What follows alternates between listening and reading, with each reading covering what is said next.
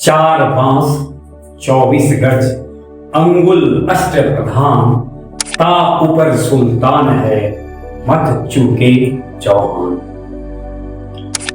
ओज पराक्रम और वीरता की वाणी की कहानी है आज महान व्यक्तित्व की श्रृंखला की कड़ी में। वाणी जो पत्थर, पाषाण और चट्टानों को आंदोलित कर दे, वाणी जो धमनियों में प्रवाहित सोनित को इतना गर्म कर दे कि वह उबाल मारने लगे। छंद पद ऐसे जो मस्तिष्क को चकाचौंध कर दे, मस्तिष्क में बिजली कौंध उठे। जी हाँ, मैं आज ओज, पराक्रम और वीरता की जिस वाणी की कहानी आपके बीच में लाया हूं, उसे हिंदी साहित्य में अधिकार पूर्वक प्रथम महाकवि होने का दर्जा प्राप्त है। आप हैं चंद्रवरदाई। चंद्रवरदाई का जन्म विक्रम संवती के अनुसार अगर हम देखें तो 1205 ईस्वी में, और जो वर्तमान कैलेंडर हमारा है इसके अनुसार देखें तो 1148 ईस्वी में हुआ था। दोनों कैलेंडर के बीच में लगभग 57 वर्ष के फासले हैं। जन्म स्थल लाहौर में, वर्तमान में वह पाकिस्तान में पड़ता है। धीरे धीरे बचपन बीता, लाहौर की वादियों से आगे निकले और फिर पहुंच गए ब्रह्मभट्ट राव अजमेर। ब्रह्मभट्ट राव आरंभिक नाम। अजमेर पहुंचे, मुलाकात हुई पृथ्वीराज चौहान से। मुलाकात हुई, दोस्ती बनी, और दोस्ती बनी ही नहीं, जम गई। जमी ऐसे कि अब दोनों को एक से पृथक कर ना तो इतिहास देख सकता है, ना उस समय का वर्तमान देखा, और ना आने वाला कल देखेगा। क्यों ही चंद्रवरदाई के नाम आते हैं, चौहान के नाम अनायास आ जाते हैं। चंद्रवरदाई और चौहान दोनों की तस्वीर एक साथ मस्तिष्क में आती है। बात चाहे जहां की भी, चौहान आखेट पर हो, चंद्रवरदाई उनके साथ। चौहान युद्ध अभियान में हो, चंद्रवरदाई उनके साथ। चौहान युद्ध के मैदान में हो, चौहान सभा में हो। यहां तक कि चौहान संयोगिता के स्वयंवर, तो संयोगिता के स्वयंवर से अपहरण करना, हरण करना हो संयोगिता को, उसमें भी चौहान के साथ हैं चंद्रवरदाई। बचपन से ही काफी प्रतिभा संपन्न थे।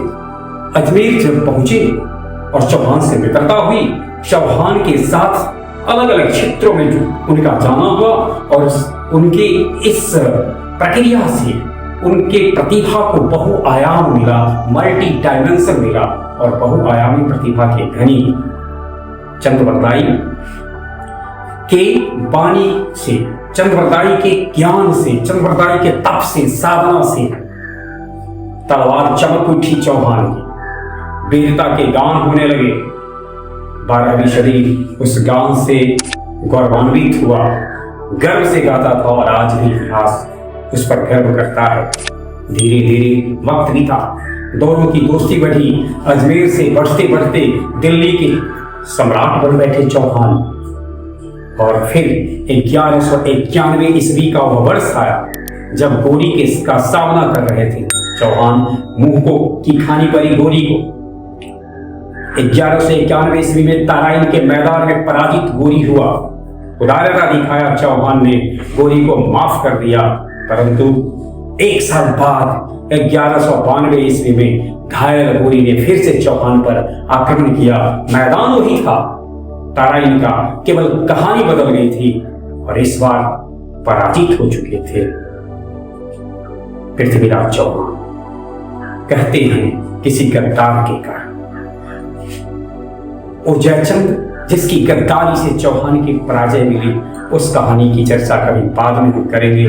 परंतु चौहान गिरफ्तार हो जाते हैं, चौहान को अंधा कर दिया जाता है। इससे दोस्त, हमने बात की है दोस्ती की, चंद्रवरदाई काफी द्रवित हो जाते हैं, उनका हृदय करुणा से भर उठता है, और वह भी वहां पहुंचते हैं जहां चौहान को बंदी बना लिया के रखा गया था, अर्थात गजनी। गोरी ने चौहान को गजनी में कैद कर रखा था।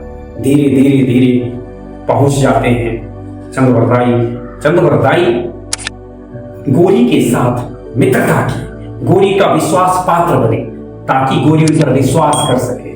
और धीरे धीरे जब गोरी का विश्वास उन्होंने हासिल किया तो गोरी को उन्होंने एक बात बताई कि पृथ्वीराज चौहान शब्दभेदी बाण चलाने में पारंगत थे। शब्दभेदी बाण अर्थात आवाज, शब्द की को सुनकर, आवाज को सुनकर वह आंख पर पट्टी बांधकर उस दिशा में लगा दे तो लक्ष्य भेद कर देते थे।